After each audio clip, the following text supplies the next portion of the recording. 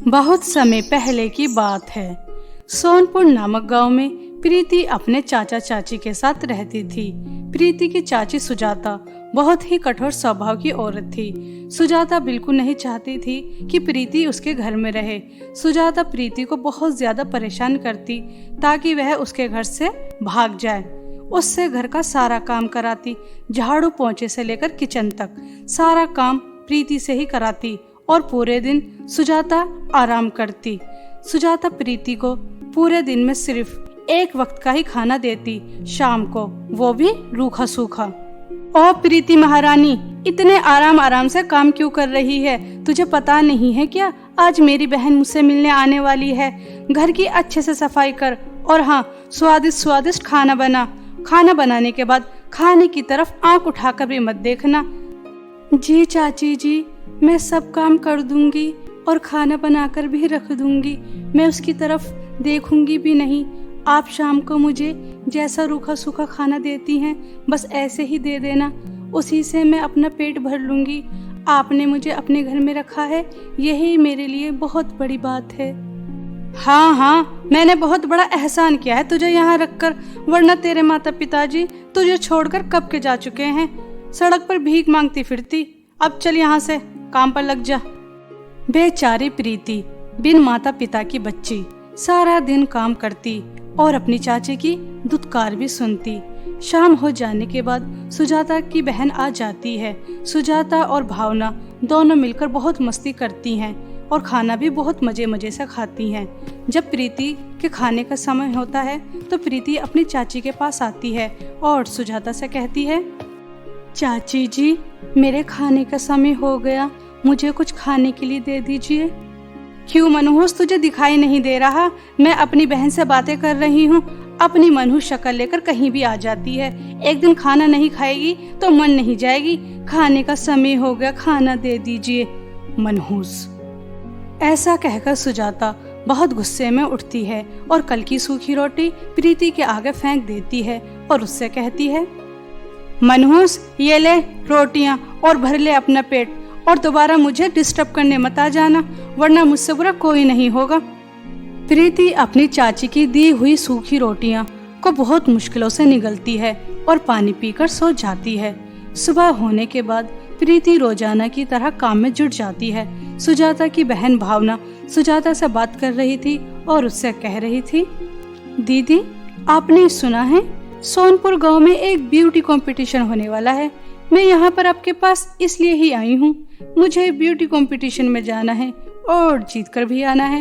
आप तो मेरे सुंदरता को जानती ही हो कि मैं कितनी सुंदर हूँ, लेकिन दीदी, उस ब्यूटी कंपटीशन में सिर्फ लहंगा ही पहनकर जा सकते हैं। आपको मुझे एक लहंगा दिलाना होगा।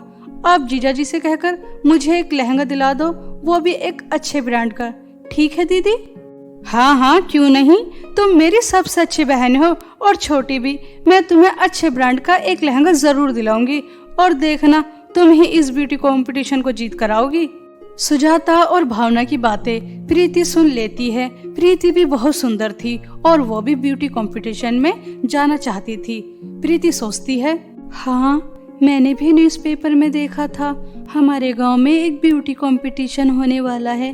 मैं ब्यूटी कंपटीशन में जाना तो चाहती हूँ, मगर पता नहीं चाची जी मुझे लहंगा दिलाएंगी या नहीं।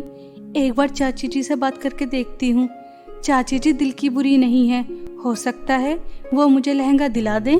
ऐसा सोचकर प्रीति अपनी चाची के पास जाती है और कहती है, चाची जी, मैं भी ब्यूटी कंपटीशन में जाना चाहती हूँ। आप मुझे भी एक लहंगा दिला देना, ब्रांड का नहीं, सिंपल सा ऐसे ही दिला देना, क्योंकि ब्यूटी कंपटीशन में लहंगा पहनकर ही जाना है। मेरा बहुत मन है ब्यूटी कंपटीशन में जाने का। क्या दीदी, आप इस नौकरानी को लहंगा दिलाएंगी और मेरे सामने इसे ब्यूटी कंपटीशन में खड़ा होने का मौका देंगी? मेरी सुंदरता के सामने वैसे कोई भी नहीं टिकता और ये नौकरानी तो बिल्कुल नहीं। दीदी, इस नौकरानी के अंदर बहुत हिम्मत है जो आपसे लहंगा मांग रही है। आप इसे कुछ कह क्यों नहीं रही? आपने भी अपने नौकरों को बहुत सिर पे बिठा के रखा है, इनकी असली औकात क्यों नहीं दिखाती आप? हाँ मेरी प्यारी बहन, तू बिल्कुल ठीक कह रही है। मैंने इस मनहूस को कुछ ज्यादा ही छूट दे रखी है। कुछ नहीं कहती तो सर पर ही चढ़कर बैठ गई। देखो तो इसकी इतनी हिम्मत हो गई, मुझसे लहंगा मांग रही है, वो भी ब्यूटी कंपटीशन में जाने के लिए। कलयुग आ गया, कलयुग। रुक, तुझे तो मैं तेरी औकात अभी दिखाती हूँ। ऐसा कहकर सुजाता प्रीति की बहुत पिटाई करती है और उससे कहती है, देखा मनहूस, मेरे सामने तेरी औकात 2 कौड़ी की है। तू इस घर की नौकरानी है, नौकरानी बनकर रहा कर। महारानी को लहंगा चाहिए ब्यूटी कंपटीशन में जाने के लिए। आज के बाद अगर मेरे से कोई भी फरमाइश की, आज तो सिर्फ पिटाई की है, नेक्स्ट टाइम घर से धक्के मार के निकाल दूंगी। अब चल यहाँ से, हमारे लिए कॉफी बना कर लेकर आ। पता नहीं कौन सा दिन था जब इस मनहूस के माता पिता इसे छोड़कर गए थे। दीदी छोड़िए ना, आप इस नौकरानी की वजह से अपना मूड क्यों खराब करती हो। चलिए हम शॉपिंग पर जाते हैं और लहंगा लेकर आते हैं। भावना और सुजाता शॉपिंग पर चली जाती हैं। वहीं दूसरी तरफ प्रीति बहुत रोती है क्योंकि सुजाता ने प्रीति की बहुत पिटाई की थी। प्रीति के शरीर में बहुत दर्द हो रहा था और उसे घर का काम भी करना था। प्रीति अपनी माँ की तस्वीर के सामने जाती है और बहुत जोर जोर से रोती है। माँ, आप देख रही हैं मेरी किस्मत कितनी खराब है। आप दोनों तो मुझे छोड़कर स्वर्ग में आराम से हैं और यहाँ मैं नर्क जैसी जिंदगी जी रही हूँ। चाची मेरे ऊपर कितना अत्याचार करते हैं। मैं ब्यूटी कंपटीशन में जाना चाहती हूँ मगर जा नहीं सकती। अगर आप जिंदा होती तो मैं इस ब्यूटी कंपटीशन में जाती भी और जीत कर भी आती। मेरी किस्मत इतनी अच्छी कहाँ है, मैं ब्यूटी कंपटीशन में नहीं जा सकती क्योंकि मेरे पास लहंगा ही नहीं है। माँ, अगर आज आप जिंदा होती तो कितना अच्छा होता, मेरा हर एक सपना पूरा होता। मुझे कभी किसी की पिटाई सहन नहीं करनी पड़ती और ना ही किसी का अत्याचार सहना पड़ता। आप मुझे छोड़कर क्यों चले गई माँ? आप मुझे छोड़कर क्यों चले गई माँ? ऐसा कहकर प्रीति बहुत जोर जोर से रोने लगती है। तभी प्रीति को एक आवाज आती है। वह आवाज कहीं और से नहीं बल्कि प्रीति की स्वर्गवासी माँ की तस्वीर से ही आ रही थी। हाँ मेरी बच्ची, मुझे पता है तेरे ऊपर कितना अत्याचार होता है, लेकिन तुझे परेशान होने की जरूरत नहीं है। मैं हमेशा तेरे साथ हूँ। तू ब्यूटी कंपटीशन में जरूर जाएगी मेरी बच्ची, तेरा सपना जरूर पूरा होगा। मैं जानती हूँ तेरा बचपन से ही सपना था ब्यूटी कंपटीशन में जाने का। जब तुझे ब्यूटी कंपटीशन में जाने का मौका मिला है तो तू पीछे नहीं रहेगी मेरी बच्ची। तुझे एक लहंगे की जरूरत है ना, तेरी माँ तुझे एक जादुई लहंगा देती है। माँ, आप मुझसे बातें कर सकती हैं। मुझे बहुत अच्छा लगा आपकी आवाज़ सुनकर। सच माँ, आप मुझे जादुई लहंगा देंगी? मैं ब्यूटी कंपटीशन में जा सकती हूँ। सच में एक माँ ही होती है जो अपनी बेटी की हर ख्वाहिश को पूरा करती है। माँ से अच्छा कोई नहीं होता। मेरी प्यारी बच्ची, तेरा जादुई लहंगा तेरी अलमारी में रखा है। जा उस अलमारी को खोलकर देख, उसके अंदर एक जादुई लहंगा रखा है, तो उसे ब्यूटी कंपटीशन में पहनना। देखना ब्यूटी कंपटीशन तो मेरी बेटी ही जीतेगी। प्रीति अपनी माँ के कहने पर अपनी अलमारी खोलकर देखती है तो उसके अंदर एक बहुत ही सुंदर जादुई लहंगा रखा था, जिसे देखकर प्रीति बहुत ही ज्यादा खुश हो जाती है। वहीं दूसरी तरफ भावना और सुजाता भी शॉपिंग से वापस आ जाती हैं और वह भी एक सुंदर सा लहंगा लेकर आती हैं, लेकिन जादुई लहंगे के सामने उनका लहंगा कुछ भी नहीं होता। कल मुही प्रीति कहाँ है? हम दोनों शॉपिंग से वापस आ गए, हमारे लिए फ्रेश जूस लेकर आ। भावना, बाहर कितनी गर्मी थी, मैं तो गर्मी के मारे मर ही जाती। प्रीति सुजाता और भावना के लिए फ्रेश जूस लेकर आ जाती है। ऐसे ही समय बीत रहा था और वह दिन आ जाता है जिस दिन ब्यूटी कंपटीशन था। सुजाता और भावना ब्यूटी कंपटीशन में चली जाती हैं। प्रीति उनके जाने के बाद उस जादुई लहंगे को पहनकर ब्यूटी कंपटीशन में जाती है। जादुई लहंगा पहनते ही प्रीति पहले से भी और भी ज्यादा सुंदर हो जाती है। सबकी नजर प्रीति से हट ही नहीं रही थी क्योंकि प्रीति का जादुई लहंगा बहुत चमक रहा था और प्रीति भी बहुत सुंदर लग रही थी। प्रीति उस ब्यूटी कंपटीशन को जीत जाती है, जिसे देखकर सुजाता और भावना आग बबूला हो जाती हैं। घर आने के बाद सुजाता प्रीति से कहती है, क्यों मनहूस, जब तेरे पास इतना सुंदर लहंगा था फिर तू मेरे पास क्यों आई थी? अब सच सच मुझे बताना कि तेरे पास ये लहंगा कहाँ से आया। चाची जी, ये लहंगा मुझे मेरी स्वर्गवासी माँ ने दिया है। ये कोई मामूली लहंगा नहीं है, ये जादुई लहंगा है। इस लहंगे को जो भी पहनेगा वो बहुत सुंदर हो जाएगा। माँ ने मुझे ऐसे ही बताया था। दीदी, ये कह तो बिल्कुल सच ही रही है। जब इस नौकरानी ने ये लहंगा पहना तो ये कितनी सुंदर हो गई। आपको इससे ये लहंगा छीन लेना चाहिए। ये जादुई लहंगा आपका और मेरा होना चाहिए। हम और भी ज्यादा सुंदर हो जाएंगे और अमीर भी। इसके बाद हम इस नौकरानी को यहाँ से धक्के मार के निकाल देंगे। इस जादुई लहंगे को पहनकर मैं एक बड़े कंपटीशन में जाऊंगी, फिर मुझे कोई टक्कर नहीं दे सकता। सुजाता भावना की बातें सुनकर बहुत ज्यादा खुश होती है और सुजाता प्रीति से वह जादुई लहंगा छीन लेती है और भावना को दे देती है। जैसे ही भावना वह जादुई लहंगा पहनती है तो भावना बहुत ज्यादा बदसूरत हो जाती है, जिसे देखकर सुजाता चौंक जाती है। तभी उस जादुई लहंगे से एक आवाज आती है, ये जादुई लहंगा है, अच्छे लोगों के काम आता है, बुरे लोगों के काम नहीं आता। तुमने बेचारी प्रीति के ऊपर बहुत अत्याचार किया है सुजाता। तुम्हारी बहन को इसकी सजा मिल गई। अब तुम्हारी बहन हमेशा के लिए बदसूरत ही रहेगी और इसकी सजा तुम्हें भी मिलेगी। तुम भी हमेशा हमेशा के लिए बदसूरत हो जाओगी। तभी उस जादुई लहंगे से एक रोशनी आती है और सुजाता भी उस रोशनी की वजह से बहुत बदसूरत हो जाती है। प्रीति भावना से वह जादुई लहंगा वापस ले लेती है और सुजाता के घर से चली जाती है। प्रीति जादुई लहंगे की मदद से बहुत अमीर हो जाती है और गरीब और अनाथ लोगों की बहुत मदद करती है और बहुत ही खुशी खुशी अपना जीवन बिताती है। बहुत समय पहले की बात है। किशोर नगर नामक गांव में 3 बहनें रहा करती थीं। करिश्मा, करीना और अर्चना। तीनों बहन अपनी माँ सरिता के साथ रहा करती थीं। सरिता के पति का कुछ समय पहले निधन हो चुका था, जिसकी वजह से सरिता घर में सिलाई करके घर का खर्च चलाती थी और अपनी तीनों बेटियों को पढ़ाती थी।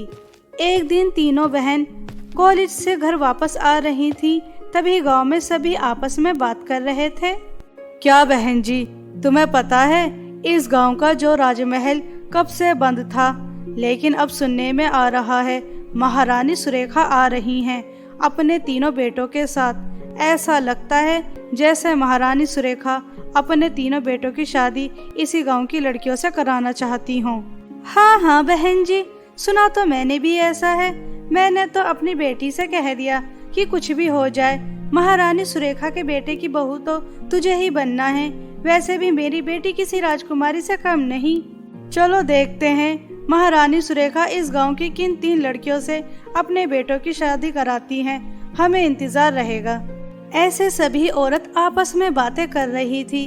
तभी एक अनाउंसमेंट होती है, सुनो सुनो गाँव वासियों, महारानी सुरेखा कई वर्ष बाद इस गाँव में लौट रही हैं अपने 3 बेटों के साथ। उन्होंने इस गांव की सभी लड़कियों को आमंत्रित किया है।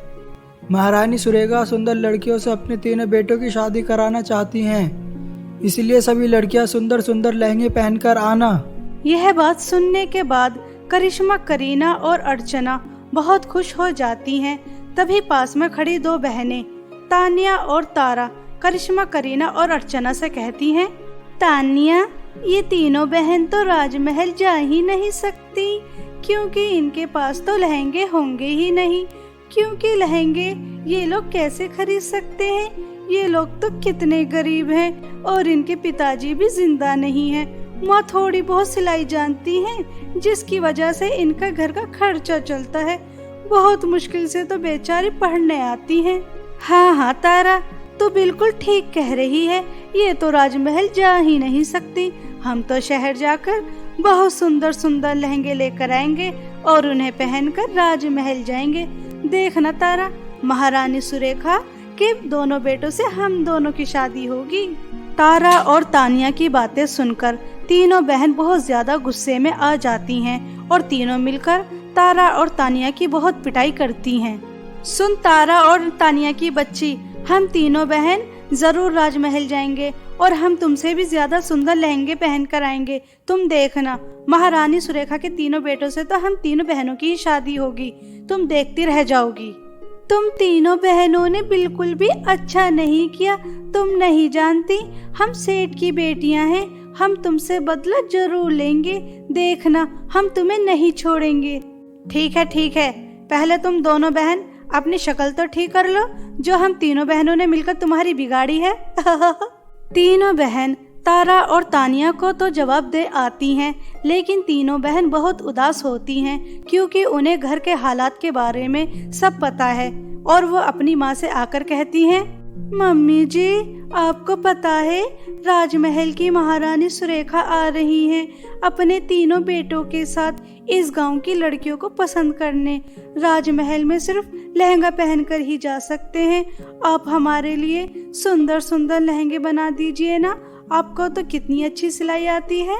हाँ मम्मी जी, करीना बिल्कुल ठीक कह रही है, आपको हमारे लिए लहंगे बना देने चाहिए। करिश्मा, करीना, तुम कैसी बातें कर रही हो? लहंगे बनाने में बहुत सारे पैसे लगते हैं।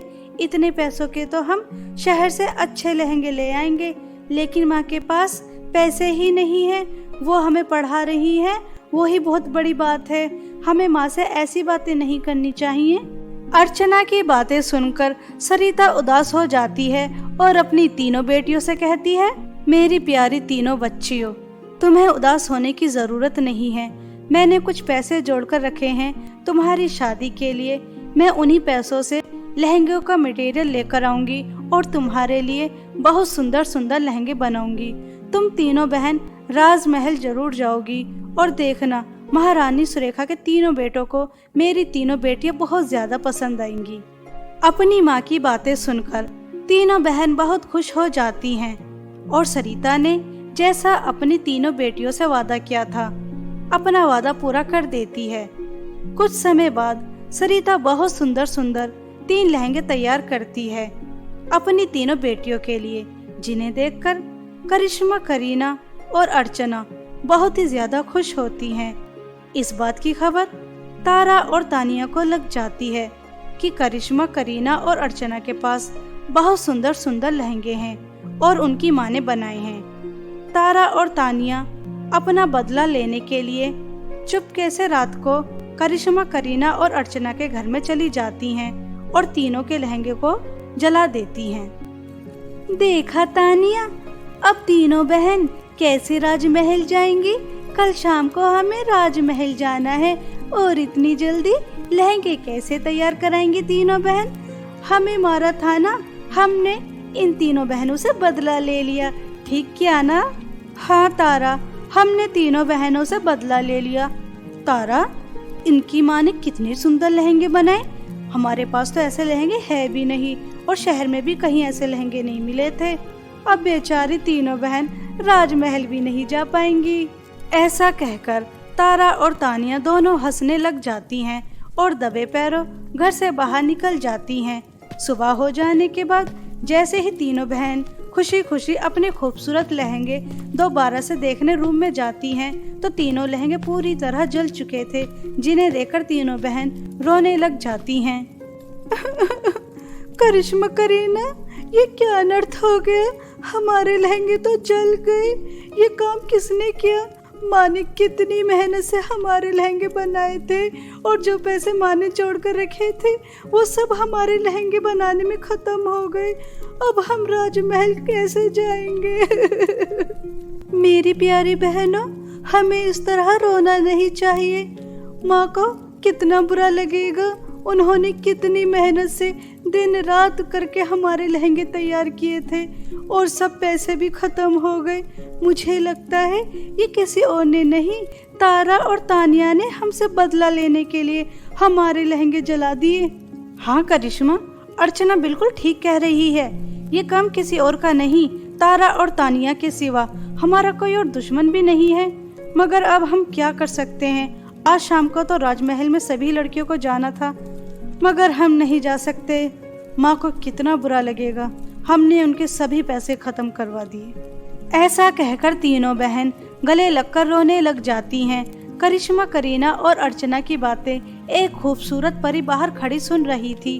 परी को तीनों बहनों के ऊपर दया आती है और परी तीनों बहनों की मदद करने के लिए घर के अंदर आ जाती है। परी को देखकर तीनों बहन चौंक जाती हैं। तभी परी तीनों बहनों से कहती है, मैंने तुम तीनों बहनों की बातें सुन ली। तुम्हारे साथ बहुत बुरा हुआ। तुम्हारी माँ ने कितनी मेहनत से तुम्हारे इतने खूबसूरत लहंगे बनाए थे और उनमें सभी पैसे भी खर्च कर दिए, मगर तानिया और तारा की वजह से तुम तीनों बहनों के लहंगे जल गए। लेकिन तुम्हें परेशान होने की जरूरत नहीं है। मैं तुम तीनों बहनों को एक एक जादुई लहंगा देती हूँ। क्या सच में परी तुम हम तीनों बहनों को जादुई लहंगा दोगी? जादुई लहंगा तो बहुत ही ज्यादा सुंदर होगा। हाँ, तुमने बिल्कुल ठीक कहा। जो जादुई लहंगा होगा वो बहुत ही ज्यादा सुंदर होगा, जिसे पहनकर तुम बहुत ही ज्यादा सुंदर लगोगी।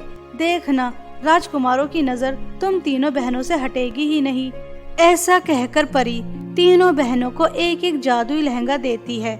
जादुई लहंगा बहुत ही ज्यादा सुंदर होते हैं, जिन्हें पहनकर तीनों बहन पहले से भी ज्यादा सुंदर हो जाती हैं। तीनों बहन जादुई लहंगा पहनकर राजमहल चली जाती हैं। राजमहल जाने के बाद हर किसी की नजर करिश्मा, करीना और अर्चना पर ही होती है, क्योंकि जादुई लहंगा बहुत ही ज्यादा चमक रहा था और तीनों बहन लग भी बहुत ही ज्यादा सुंदर रही थी। तभी महारानी सुरेखा पहली नजर में तीनों बहनों को पसंद कर लेती हैं। मैं जिस तलाश में इस गांव में आई थी वह तलाश मेरी पूरी हो गई। मैं अपने राजकुमार बेटों की शादी करिश्मा, करीना और अर्चना से कराना चाहती हूँ। महारानी की बातें सुनकर तीनों बहन बहुत खुश होती हैं। वहीं दूसरी तरफ तारा और तानिया यह देखकर बहुत जलती हैं और तीनों बहनों के पास आती हैं। हम दोनों बहनों ने तुम्हारे लहंगे जला दिए थे, फिर तुमने इतने सुंदर और महंगे लहंगे कहाँ से खरीदे? तुम लोग तो इतने गरीब हो, तुम्हारे पास इतने ज्यादा पैसे कहाँ से आए? कहीं तुमने चोरी तो नहीं की? तारा और तानिया, मेरी बात कान खोलकर सुनो। हम तीनों बहनों को पता चल चुका था कि हमारे लहंगे किसी और ने नहीं बल्कि तुम दोनों बहनों ने जलाए थे, लेकिन हमने तुम्हारे साथ कुछ गलत नहीं किया। हम चाहते तो तुम्हें पुलिस के हवाले कर देते। तुमने हमारी माँ की मेहनत खराब की और हमारे इतने सुंदर लहंगे जलाए, लेकिन हम तीनों बहनों ने ऐसा नहीं किया। हाँ, अर्चना बिल्कुल ठीक कह रही है। अगर हम तीनों बहन चाहें तो राजकुमार से कहकर तुम्हें अभी भी सजा दिला सकते हैं, लेकिन हम ऐसा नहीं कर रहे। तुम्हें हम तीनों बहनों से अभी माफी मांगनी चाहिए, और ये लहंगे कहाँ से आए हम तुम्हें बताना जरूरी नहीं समझते। हाँ करिश्मा, तुम बिल्कुल ठीक कह रही हो। तुम तीनों बहनों का दिल बहुत बड़ा है। अगर तुम चाहती तो हम दोनों को कड़ी से कड़ी सजा दिला सकती थी। हमने तुम तीनों के साथ बहुत गलत किया। हमें तुम्हारे लहंगे नहीं जलाने चाहिए थे। हमने बहुत बड़ा नुकसान किया तुम्हारा। हमें माफ कर दो। आगे से हम ऐसा कभी नहीं करेंगे। किसी गरीब का कभी मजाक नहीं उड़ाएंगे। हमें माफ कर दो। आज से हम दोस्त हैं, ठीक है? तारा और तानिया की बातें सुनकर तीनों बहन तारा और तानिया को माफ कर देती हैं और तीनों बहन दोनों बहन की दोस्त बन जाती हैं और इसी तरह जादुई लहंगे की मदद से तीनों बहन एक खुशहाल जीवन बिताती हैं।